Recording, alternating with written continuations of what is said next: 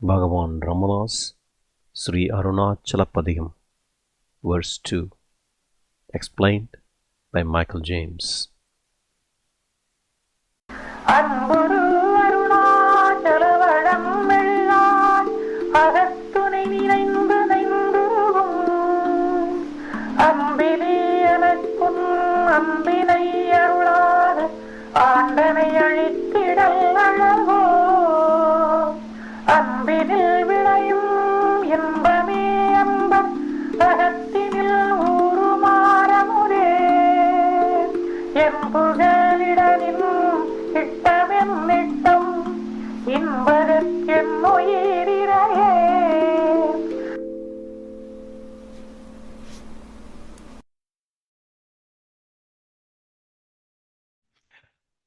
During the celebrations of Bhagavan's Jayanti this year, I spoke about verse 1 of Aruṇācala Padigam, and now I'm going to talk about verse 2. There is a continuity between these verses. Firstly, there's a poetic continuity in that this Patigam and Ashtakam are what are called antadi. That is, the last word of one verse becomes the first word of the next verse. So the previous verse ended aṉbei, which is a vocative form of aṉburu, and this verse begins with aṉburu, which means love. That's the poetic continuity, but there's also a continuity in the ideas. In the previous verse, the principal prayer was for Arunachala to show his kakshi, unkakshi. Kakshi, in this context, means more or less the same as darshanam. So Bhagavan is praying for Arunachala to give his darshanam. But Arunachala is ever present in the physical form. So what the darshanam that Bhagavan is praying for is not just the physical darshanam of Arunachala. It is to see Arunachala as he actually is, Arunachala Swarupa, the true nature of Arunachala. As he sings in one of the verses of Aksharamlai, Unjoti Orukat, Katu Arunachala, show your form of light. Your light means the light of awareness. So Arunachala is that light of pure being awareness, Satchit, that is ever shining in our heart as I. That is what Bhagavan is asking Arunachala to show. And Arunachala Swarupa is Atma Swarupa. So the real nature of Arunachala is the real nature of ourselves. So it's indirectly, it's a prayer for seeing ourselves as we actually are, which is seeing Arunachala as he actually is. So that's the principal idea in the previous verse.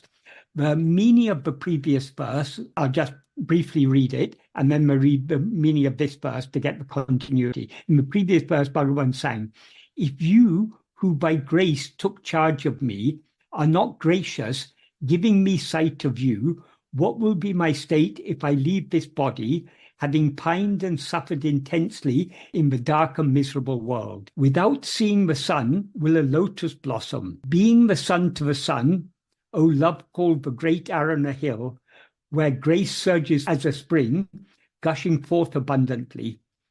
There's an implication here that is not expressed. That is, just like a lotus cannot blossom without seeing the sun, and since you are naturally the sun to the sun, you're the original light that illumines the light of pure awareness, that illumines the mind, enabling the mind to illumine the world. The implication is, just as the lotus will not blossom without seeing the sun, will my heart blossom without seeing you? So since Arunachala is the sun, it is the sun that is to blossom the lotus.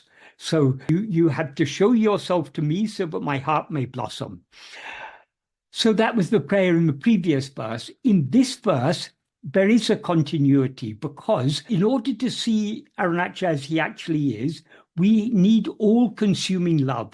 So long as we have even the least love or liking for anything other than our own real nature, which is the real nature of Arunachala, Arunachala will not show himself to us, because when he shows himself to us, that is the annihilation of ego. As Bhagavan says in verse 21 of Ulladu, he defines what is seeing God or seeing oneself. He says, Unadal Khan, becoming food is seeing.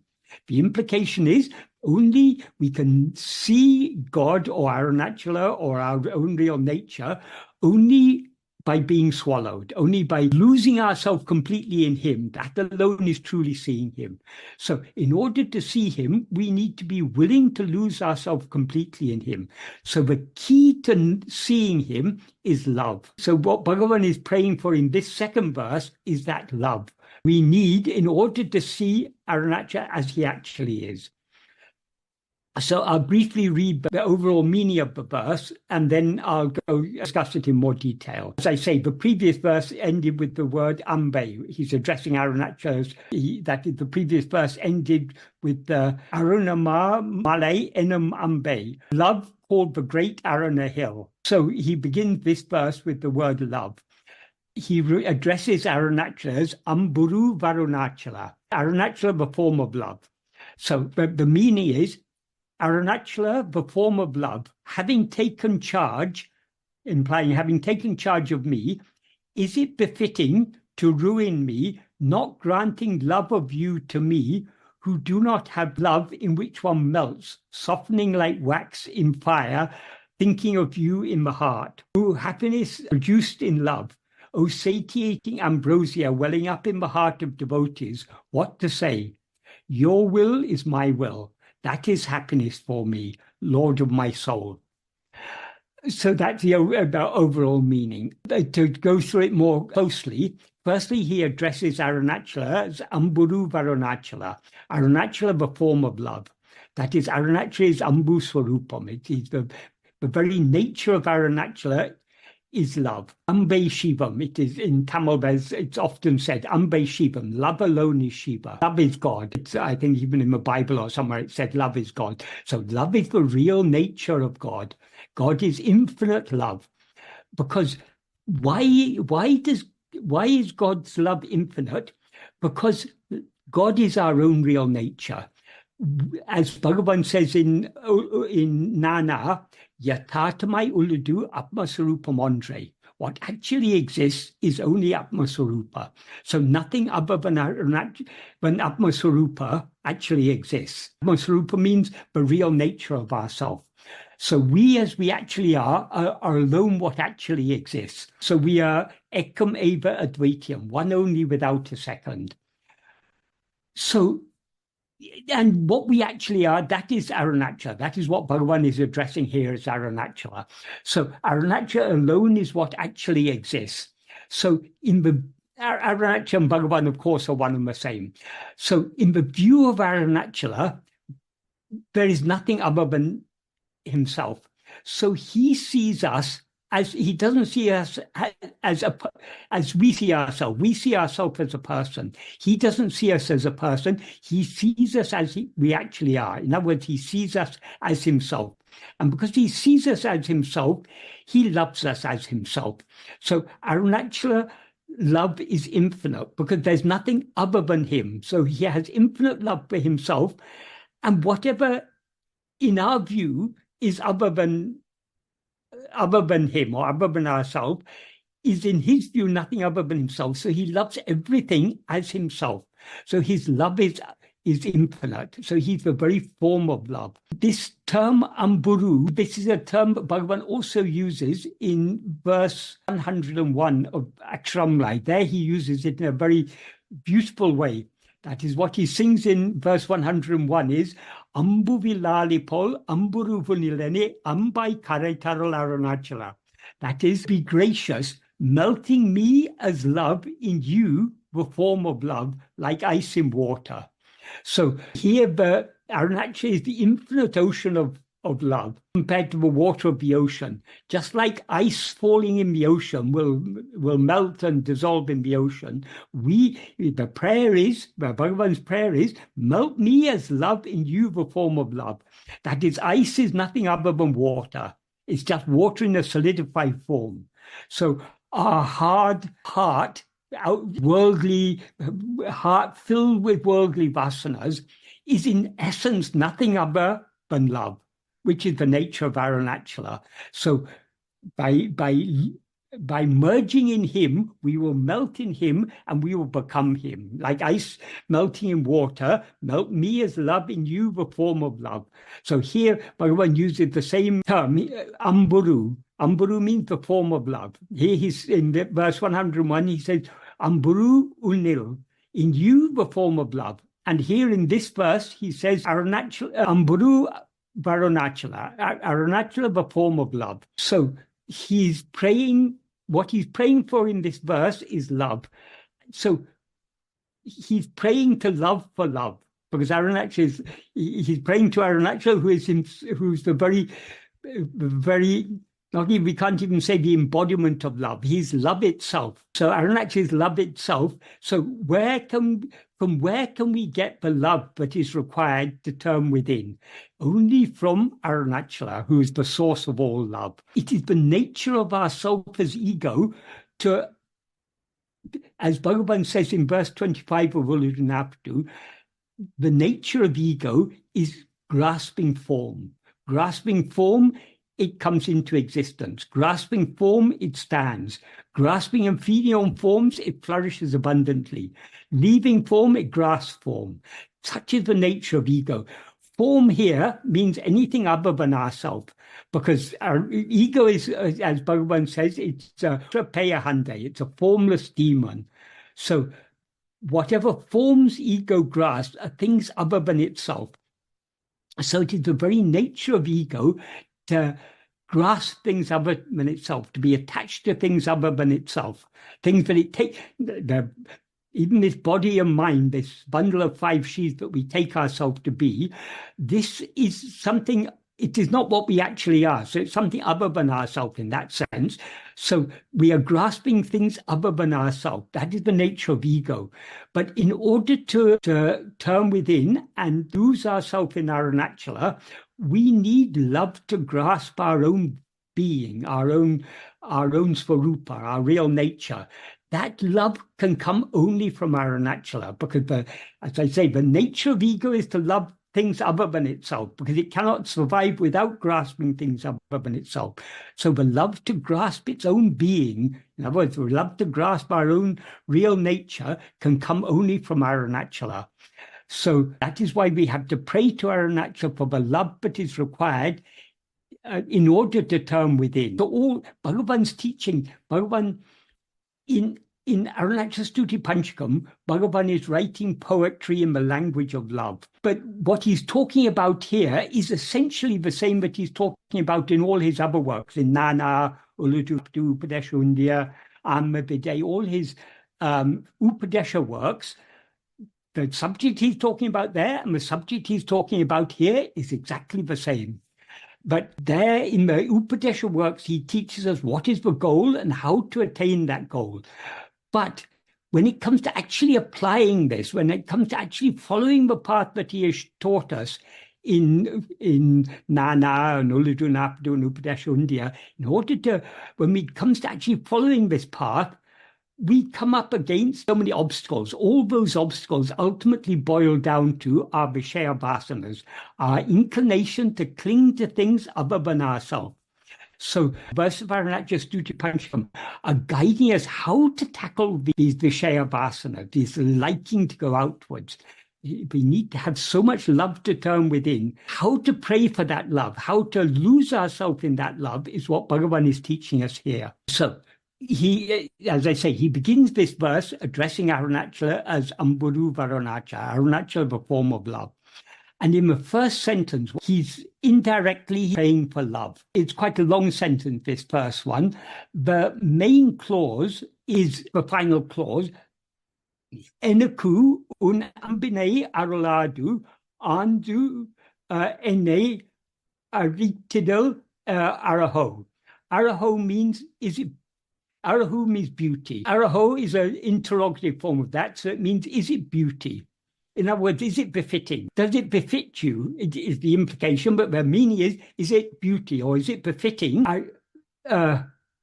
Yaṛittiḍa means ruining or damaging. In other words, spoiling or that is, if as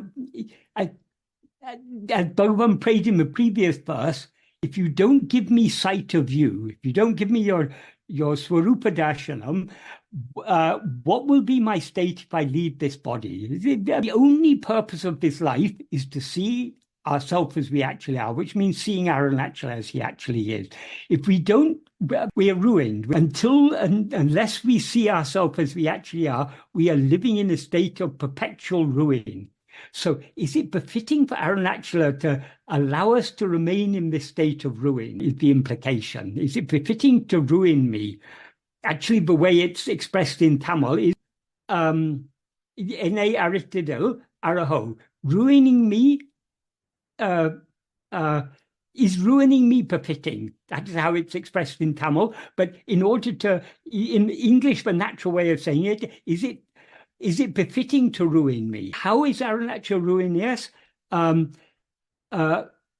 aruļādu.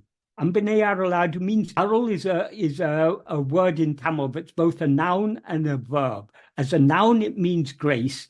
As a verb, it means being gracious or giving or granting. So aṉbinai aruļādu means, aruļādu is a negative adverbial participle, so it means not granting love.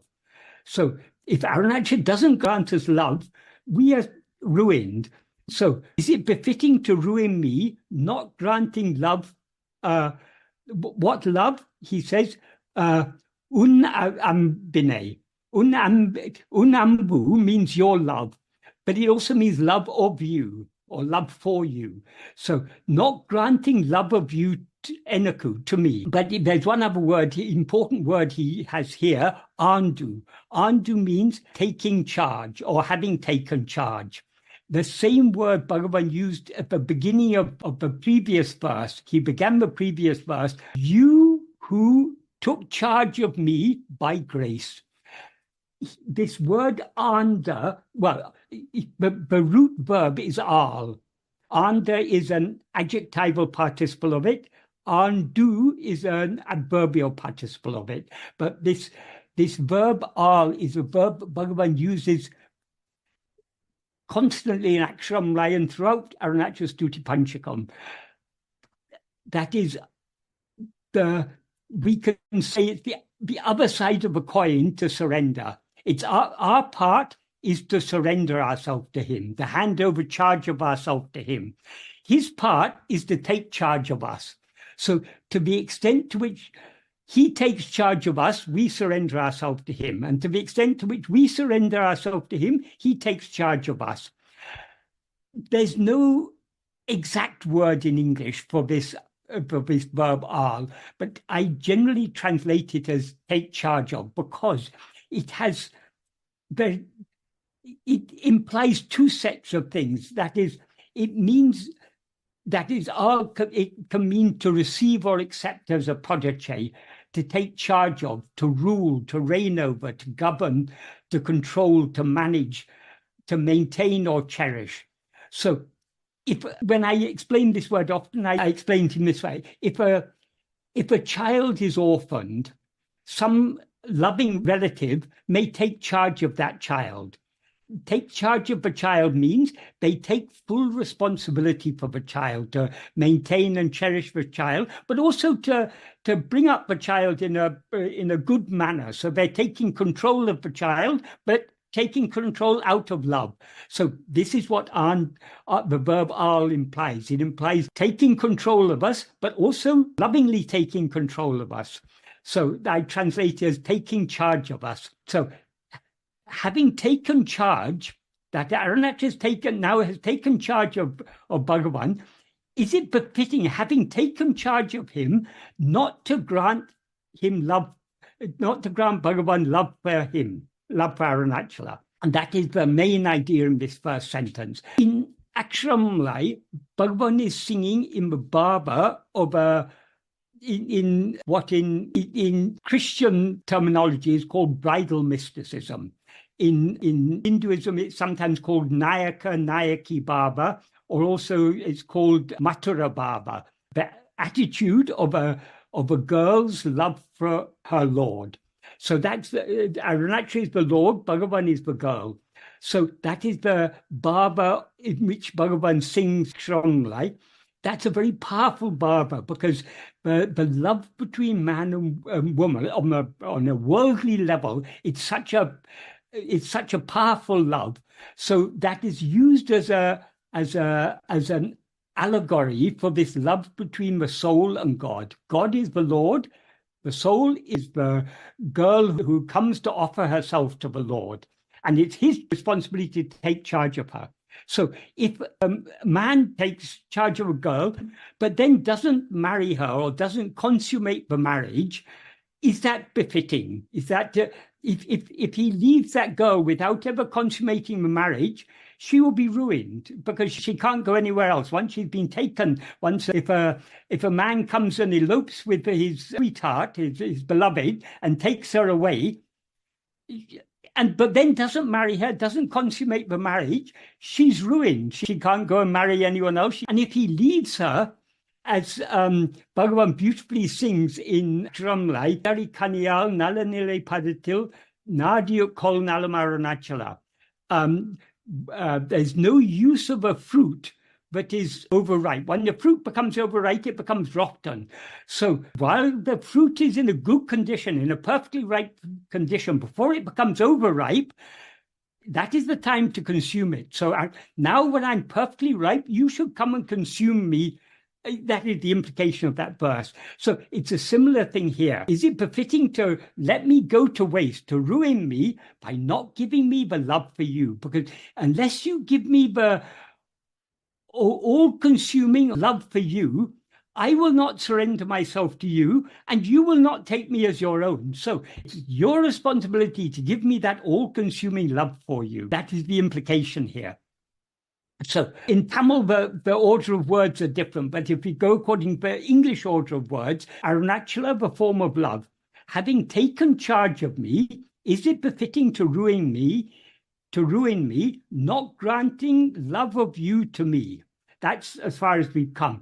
But there's another clause here. He describes himself as Arahan meṛuhā yahattuṇai niṇaittunain duruhu aṉburu. Ili means one who is devoid of. So me, he's praying to Arunachala to give love to me, who am devoid of love. What type of love? He describes it beautifully. Aral means fire. Meṛuhā means wax. So like wax in fire, that implies melting like wax in fire. Ahattu, in the heart. Uṇai is you. Niṇaittu, thinking of you in the heart. Naindu means softening. And uruhu means melting, so softening and melting, like wax softens and melts in fire. Thinking of you, if we have the true love that is required to surrender ourselves completely to him, the mere thought of Arunachala should melt us. And he says, thinking of you, ahattu. Ahattu means in the heart. When Bhagavan talks about thinking in the heart, like, for example, in the first verse of Aṛuṇācala, Arunachala mena ahame, ahame has two meanings. It can mean I alone. It can also mean in the heart. Ahame niṇaittunain ahate verarupaya Arunachala. Those who think of you in the heart. When he talks about thinking in the heart, why does he always stress this in the heart? Because we can, of course, interpret these at different levels. At a superficial level, thinking in the heart is thinking with love of Arunachala within our heart. But a deeper meaning, in the heart, there is actually no thought. As Bhagavan says it, for example, in the first Mangalam verse of Uludunapadu, Ulla porul, Ulla lara, Ulla te, Ulla dal. Since the satvastu, the existing reality, the existing substance, exists in the heart without thought. So if in the heart itself, if we go into the very depth of the heart, there's no room for thought there, because there's no room for ego there. That is, only when we rise as ego does thought become possible. When we subside back into the heart, ego dissolves, and then there's no thought. So in the heart, there's no thought. So when Bhagavan talks about thinking of you in the heart, what does he mean by thinking of you? As he says in that first verse of Uludunapadu, the first Mangalam verse of Uludunapadu, what is truly thinking of the reality? It is late ullapadi, ullade, ullal. That is, being in the heart as it is thinking. What he means by thinking is, that is, the true thinking of Arunachala truly is turning within and merging back into him. Is not thinking of Arunachala as another. So long as we think of Arunachala as another, we are separate from Arunachala. But our aim is to lose ourselves in Arunachala. So we need to give up thinking of him as another. We need to, as Bhagavan expresses it in verse 8 of Upadesha Anya bhavatin abanahamahum ananya bhavame undi para anatinum utamum undi para. Anya bhava means thinking of Arunachala or thinking of God as something other than ourselves. Anya means other. Ananya means not other. So rather than anya bhava, rather than thinking of God as something other than ourselves, that is thinking of him or meditating on him as not other, with the understanding, avalaham means in which he is I. So with the understanding that Arunachala or God is I, thinking of meditating on him as not other than ourselves. In other words, meditating on ourselves alone, meditating on nothing other than ourselves, that is anatinum utamum. So what Bhagavan implies here when he talks of thinking of you is turning our attention within and merging back within. That is the true thinking of him in the heart. So if the mere thought of Arunachala should turn if we have true love for Arunachala, Bhagavan says in a later verse of Arunachala Padigam, the mere thought of Arunachala, what Arunachala does when he makes us think of him, and then he stills the outward-going activity, the sheste, the mischievous activity of the mind. He stills it, draws the mind inwards to face itself, to face Arunachala, who's shining in the heart as eyes, the implication, and thereby makes it Achala like himself, makes it motionless like himself, and then he feeds upon us. So all these are implied here. If we have true love, the mere thought of Arunachala will turn our attention within, we'll merge back into the heart, and there we will melt like wax in fire. So the heart is compared here to fire. The heart means our own being, the fire of jnana, which is ever shining in our heart as our heart. That is the fire in which we must melt. So, but that requires all-consuming love. So that love is to be given by Arunachala. So Arunachala, the form of love, having taken charge of me is not there, but it's implied. Is it befitting to ruin me, or let me go to ruin, by not granting love of you to me, who do not have love, in which one melts, softening like wax in fire, thinking of you in the heart? Here Bhagavan refers to himself as aṉburu ili yeṇakkuṇ, to me, the one who is devoid of love. There's a parallel here with a verse, I think it's verse 60 in Akshamlai. Nesamil yeṇakkuṇ āseye kārtane mosanchaya darul Arunachala. Nesamil yeṇakkuṇ, to me who is devoid of love, un āseye kārtane, you showed me love for you. You gave me a taste of what it is to have desire for you. Mosanchaya darul, be gracious, not cheating me. That is Arunachala. We are ordinary worldly people. We were wandering around in the world just like anyone else. But Arunachala, by his grace, he sowed the seed of love for him in our heart. He gave us a little bit of desire for his state of pure being.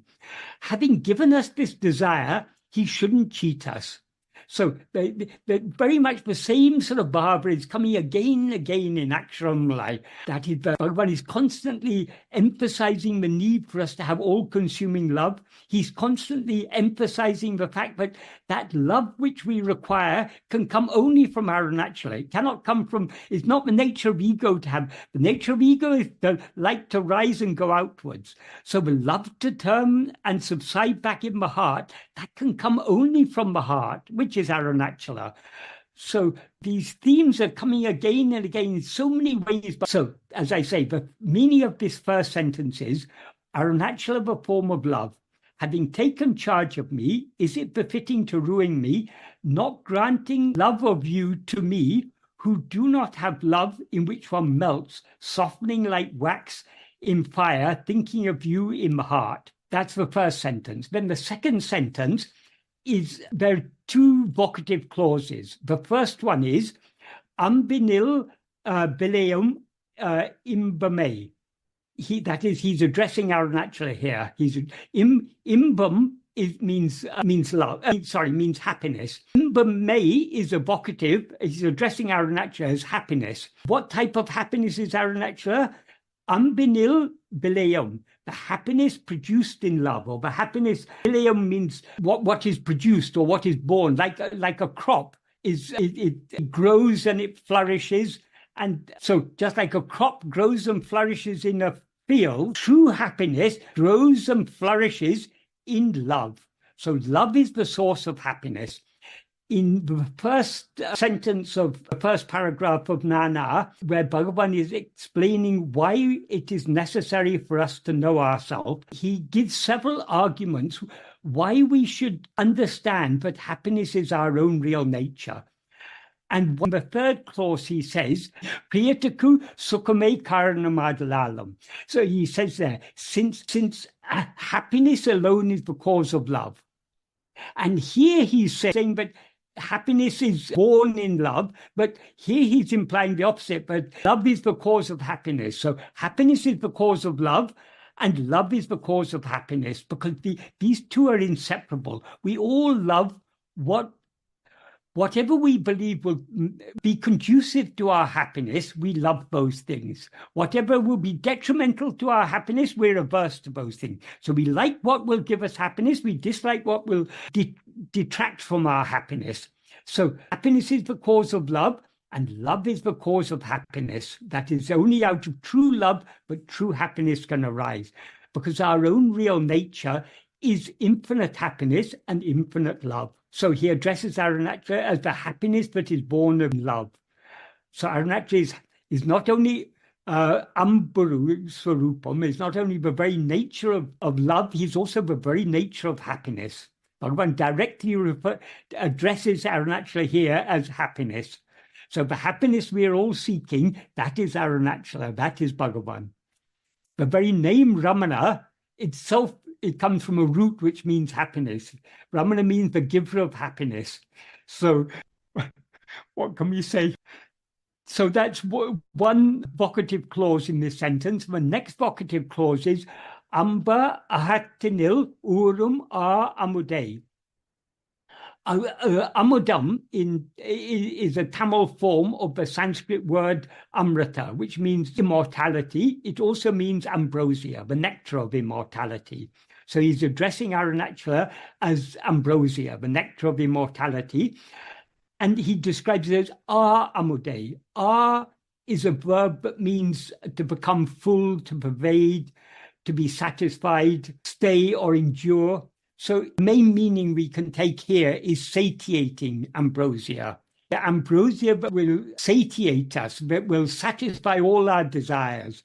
But it also means the infinite ambrosia, the ambrosia that will give us eternal immortality. Not any transient immortality, but eternal, everlasting immortality. The reason I say transient immortality is often the gods are said to be immortal. The gods in heaven are said to be immortal. But in that context, immortality means they will live for the whole of the yuga. They will not die before the end of the yuga, but they come to an end at the end of the yuga along with everything else. So that is a temporary immortality. Arunachala is that eternal immortality, the all-pervading, omnipresent, everlasting immortality, enduring immortality. So Osating ambrosia, he describes it as aṉba ahattiṇil welling up in the heart of devotees. That is, when we turn our attention within and merge back within, what will well up in our heart, that is the nectar of immortality. So Arunachala is both the happiness that is born of love and the ambrosia that wells up in the heart of devotees. The devotees here means those true devotees who give themselves wholly to him by turning within. This sentence is aṉburu viḷaiyu miṉbamē, O happiness produced in love. Aṉba yahattuṇai ramudē, O satiating ambrosia welling up in the heart of devotees. What to say? That is, he has, in the previous sentence, he says, does it befit you to leave me without, to not give me the love for you, but for which I'm pining? And here he says, if you don't give me this love, what am I to say? That is, you are the happiness produced born of love. You're the satiating ambrosia welling up in the heart of your devotees. But if you don't give me that love, how can I experience that happiness? How can I experience you welling up in my heart? If you don't give me the love, I'm not a true devotee. So what can I say? It's all up to you. So in order to qualify ourselves for that all-consuming love, but will enable us to turn within and surrender ourselves to him, what do we have to do? We have to surrender ourselves to him. We have to give up all our own likes and dislikes, give ourselves wholly to him. So in the next sentence, he sings, niṇaittunain.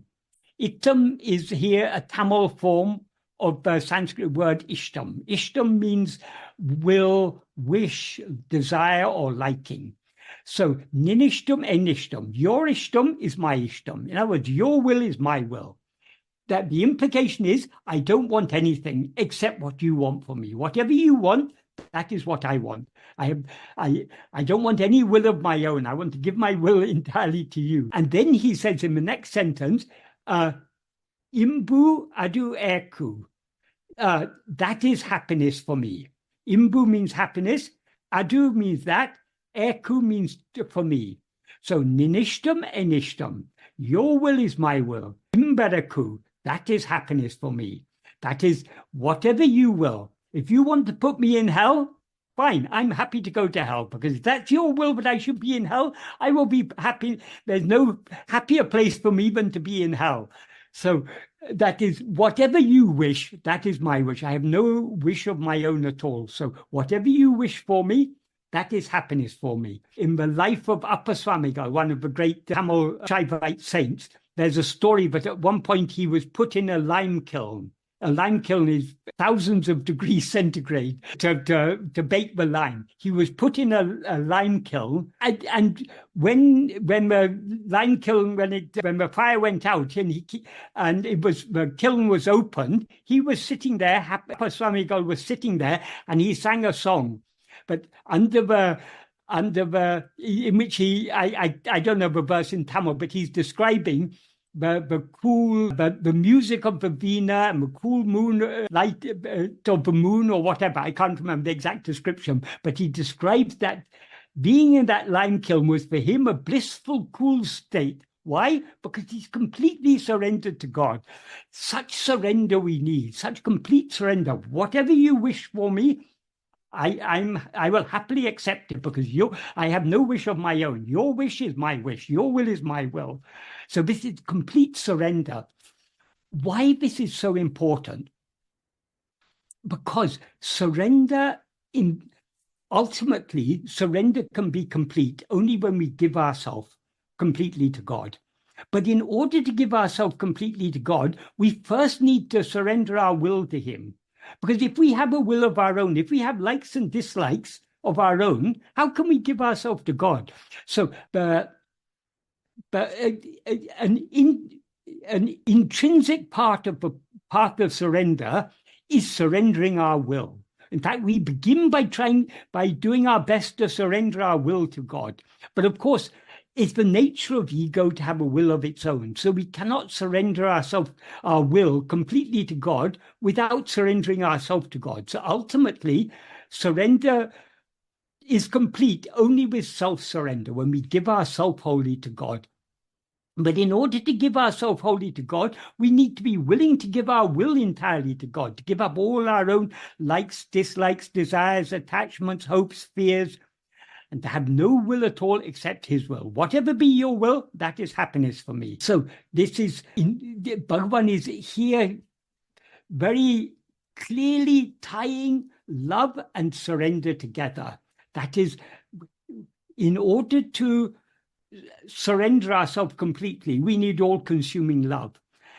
But in order to have that love, we must be willing to surrender ourselves completely. So love and surrender are inseparable. True love is if we truly love someone, we are not seeking to gain anything from that person. If we truly love them, what can we do to make that person happy? So love is not about taking, but about giving.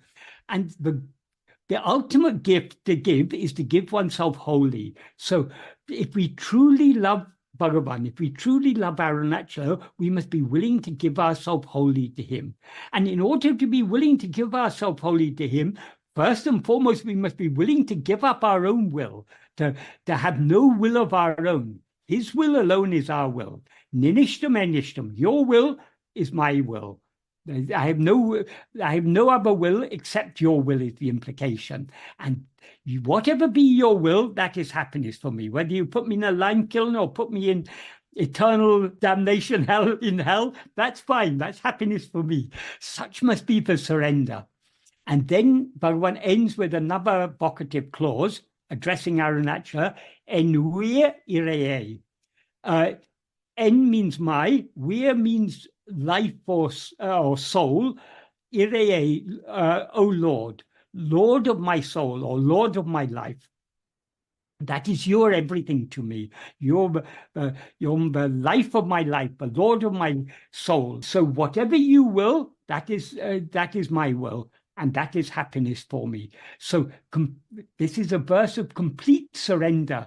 And without that complete surrender, how can we have that love, which is that all-consuming love? I mean, love and surrender are inseparable. We cannot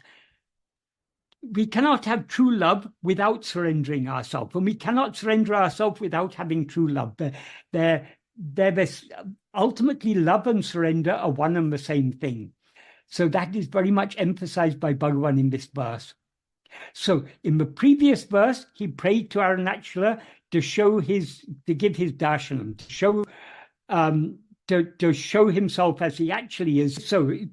But in order to see him as he actually is, we need to be willing to give ourselves entirely to him, because until we give ourselves entirely to him, we cannot know him as he actually is, because what he actually is what we actually are.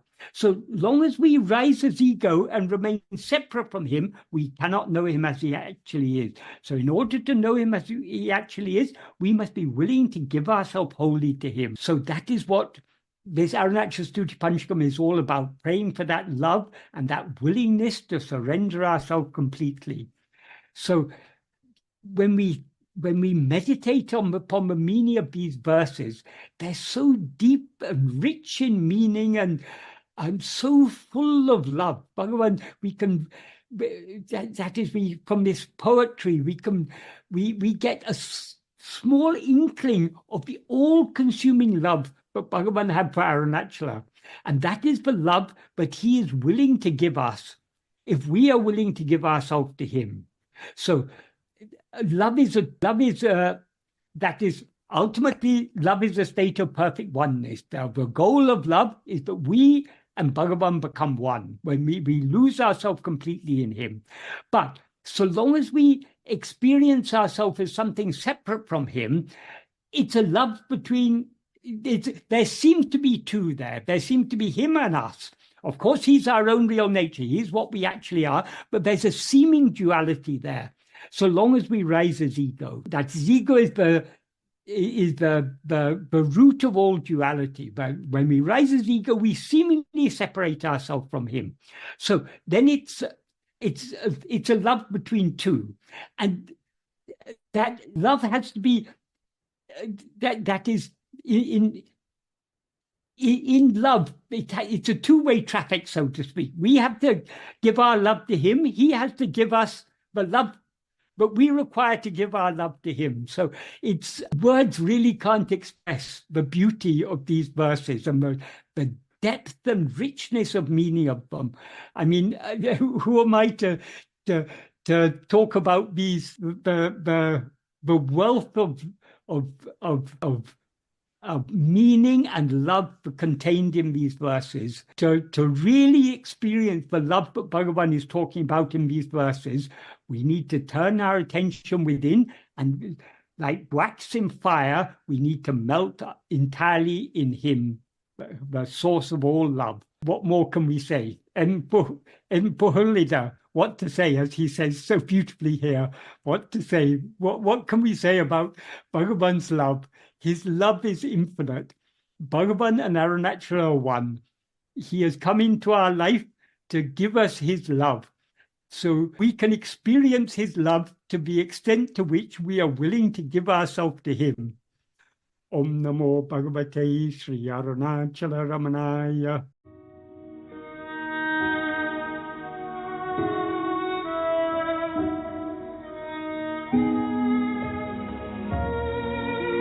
aṉburu சலவழன் மெழுகாய் அகத்துணை நினைந்து நைந்துருகும் அன்பிலி எனக்குன் ணaணbiணை அருளாது ஆண்டனை அழித்திடல் அழகோ அன்பினில் விளையும் இன்பமே அன்பு அகத்தினில் லூṟumā ramudē yeṉpuha liḍaniṉ னிṭṭameṉ நிட்டம் என்பதற்கென்னுயிர்